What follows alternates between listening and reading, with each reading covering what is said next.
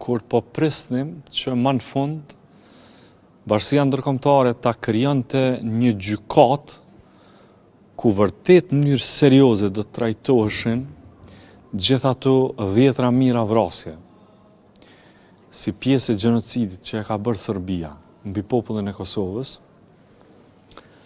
Na doli një raport për trafikim të organeve, i cili çoi deri në krijimin e një gjykate, ku në shënjesër ishin drejtuesit e ushtrisë shqiptare të Kosovës.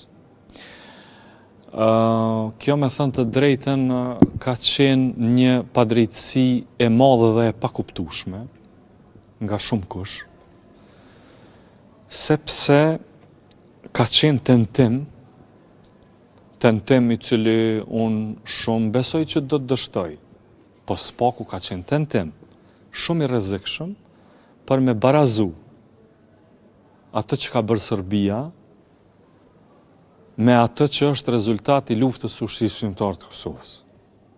Nuk barazohen këto.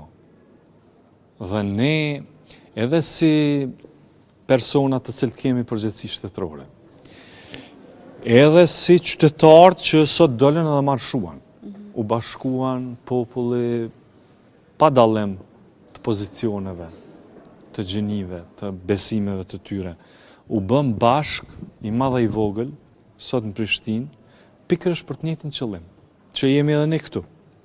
E qëllimi është ky, që ta ngrisim zërin shumë, e të dëgjoj këtë bota, që nuk gjykohet lufta e ushtrisë shqiptare të Kosovës. Akta akuza nuk është për individet. Akta akuza unë e kam lexuar disa herë. Akta akuzën edhe besoj që e kam studiuar mirë. Akta akuza, nëse lexoni me vëmendje të gjitha shtresat e tekstit të kësaj akta akuze, ajo e gjykon luftën e ushtrisë shqiptare të Kosovës. Natyrën e luftës tonë shqiptare. Të shtrembrohet kjo luftë. Të inveshet kësaj lufte diçka tjetër, ma shumë, se sa luftimi okupatorit, se sa shporrja e Serbisë prej Kosovës, se sa mbrojtja e popullit prej mashinerisë gjakpirëse edhe gjenocidale të Miloševićit, kjo është e padrejtë. Se që aty përfundon kufiri për çka ti mundesh me thonë për UÇK-n. Gjithë shka që deri tash kemi ndërmarrë, përveç atyne obligimeve që janë esenciale, shtetërore, prej fondeve të dedikuara, e deri të gjitha ato që shkojnë si procedura, në cilat ka qenë e kyçur edhe ambasada, për lehtësimin e gjitha vizitave këtu të familjeve, të afërmve të tyre, të cilat kanë qenë periodike, kanë qenë të rregullta.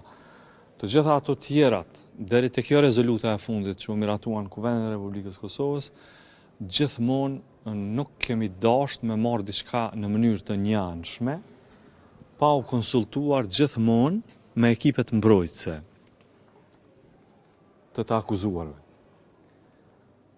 Pra, gjithçka që është bërë dhe që nuk është bërë deri tash, është bërë ose nuk është bërë në konsultim të vazhdueshëm me ekipet mbrojtëse. Këtë u thash, edhe kjo është e vërteta, që deri tash gjithçka që është ndërmarrë, edhe kur ndonjëherë negociatat kanë ardhur shumë afër të diçkaje që të bëhet diçka e veçantë, gjithmonë ato janë bërë, edhe deri tash kemi arritur këtu në bashkëpunim, në biseda, edhe në negociatat ngushta me atë që e kanë pa të arsyeshme, ata që janë më të thirrur për këtë proces. Unë nuk i kam qef pyetjet që shkaktojnë përçarje. Jo, nesër e kemi ditën D. Edhe ashtu siç ishim të bashkuar në Prishtinë, uroj që edhe nesër të jemi të bashkuar. Edhe pikërisht për këtë arsye, po uroj që për shkak të këtij bashkimi dhe për shkak që kur është çështja e ushtrisë shqiptare kërkush nuk mund të më na përço, edhe gjykata ka me pa ma qartë këtë unitet tonin. Edhe unë uroj fort që kur e sheh këtë unitet tonë, me marrë një vendim i cili është në përputhje me të vërtetën historike. E ky vendim, cili është vendimi që është në përputhje me të vërtetën historike? NUÇK nuk ka pas ndërmarrje kriminale. NUÇK ka pas ndërmarrje çlirimtare. Për te kësaj, unë jam fort i bindur që kur gjë prokuroria nuk ka më mujt me vërtetu, me fakte, me deklarata politike, ato janë tjera, deklarata politike ka bo vazhdimisht. Si kjo ma skandalozja që këtë botën e kanë mashtru, kjo ndërmarrje kriminale, e ashtu quajtër. Ajo do më thonë për më të merru, prej sikletit edhe prej.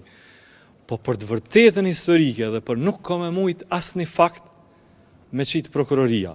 Dhe kur të bën bilancin pas 60 ditëve, gjykata që ka me marrë vendimin, unë uroj fort që me marrë një vendim profesional,